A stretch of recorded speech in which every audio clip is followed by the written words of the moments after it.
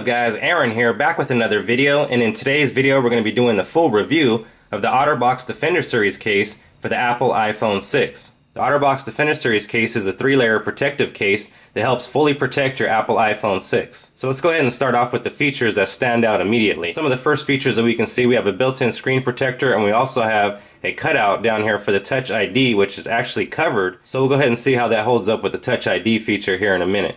Now at the top of the case we have a cutout for our speaker as well as our front facing camera. So moving to the upper left hand side of the case, we can see we have a port cover here, and once we reveal that, we have our mute switch.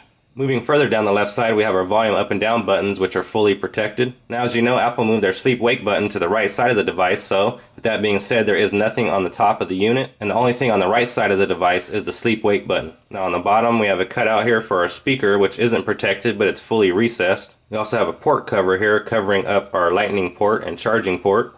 Now taking a closer look at the back of the case, we have a recessed cutout and True Tone flash. Next we have a circular cutout with a screen protector to protect the Apple logo. And on the bottom of the case we have some Otterbox branding. Now another thing to mention is that the Defender Series case includes a belt clip, and the belt clip works pretty good in my opinion, and it even offers up another layer of protection to protect the front of the screen.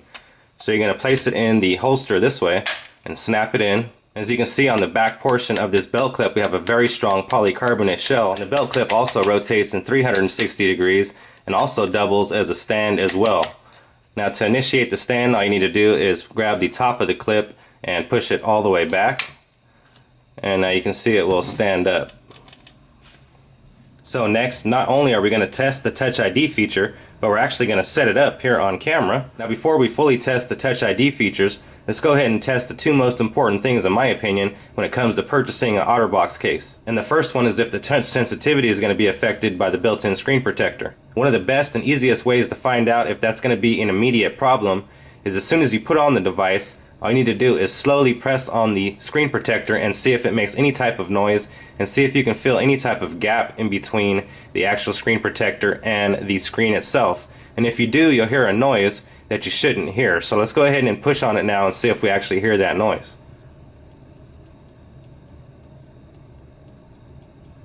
Now you can hear how it kind of suctions. So it doesn't really make a full connection with the screen in my opinion. Now in my opinion, Otterbox has been hit and miss on some of their cases lately when it comes to the screen protector being in the way of the screen sensitivity. Now the Otterbox Defender Series case for the Samsung Galaxy Note 2 was absolutely horrible. I had to send that case back because it had a huge gap in between the screen protector and between the actual physical screen itself, which made the screen sensitivity and responsiveness absolutely terrible. So once again I had to send that back. Now this might just be my model. Now let's go ahead and check out the Otterbox Defender Series case for the iPhone 5S. And as you can hear, you don't hear anything at all. There is no kind of suction, there's nothing, it just actually touches the screen. Now it's not just the Otterbox Defender Series case for the iPhone 5S that works flawlessly, but also on the Apple iPad mini with Retina display, you can hear that it also makes no type of noise as well. So that means that it's sitting absolutely flush with the screen. So here's a better look in comparison between the Otterbox Defender Series case for the iPhone 6, the iPhone 5S, and the iPad mini. Now as you can see on the Otterbox Defender Series case for the Apple iPhone 5S, Otterbox chose to remove this section down here and actually make sure that the Touch ID button was widely accessible.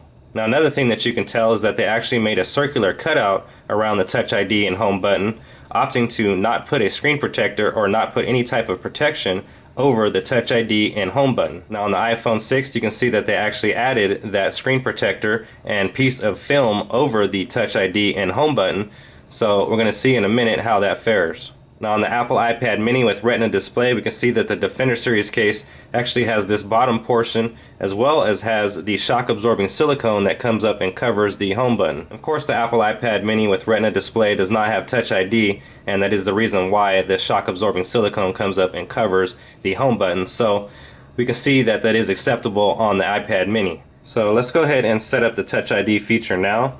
All we need to do is go into settings, we're already there. Scroll down to Touch ID and passcode. Now all we need to do is go to add fingerprint. So let's go ahead and place our thumb there. As you can see, it is registering my thumbprint. Now it says move your finger slightly between scans. I am moving it slightly, so it could be because of the built-in film over the home button. So let's go ahead and push OK and try that again. Okay, now it says to adjust your grip. So this is basically how you're going to be using it with one hand. Go ahead and push continue. So now it's going to kind of register the sides and edges of our finger. Now remember, this is once again a test to see how the home button is going to fare being covered up on this Defender Series case. Go ahead and push continue. Okay, now we have the option up here for the iPhone unlock, as well as to use the fingerprint scanner and Touch ID for purchases on the iTunes and Apple Store. Now that we have that done, let's go ahead and turn off the device and test the Touch ID feature. Now one thing I'd like to mention as well is that the sleep wake button is pretty firm and pretty hard to press. It is a little bit harder to press than what you would normally do by pressing down from a home button that's usually on the previous Apple devices. So let's go ahead and try out Touch ID for the very first time. And it appears to work flawlessly and perfectly on the very first time here with the Otterbox Defender Series case. So as you can see, Touch ID works perfectly here on the Otterbox Defender Series case for the iPhone 6. Now the touchscreen and touch sensitivity is pretty good in my opinion. It could be a little bit better though. I have seen previous cases where Otterbox has made the screen lay perfectly with the screen protector, and in my opinion this isn't laying perfectly. Now it is good to use, and it doesn't inhibit the use of the screen and inhibit the use of the actual touch sensitivity, but in my opinion it could be a little bit better and a little bit tighter and closer to the screen. So let's go ahead and type in Otterbox Defender case for Apple iPhone 6. Now that first test worked pretty smooth. Let's go ahead and try one more typing test.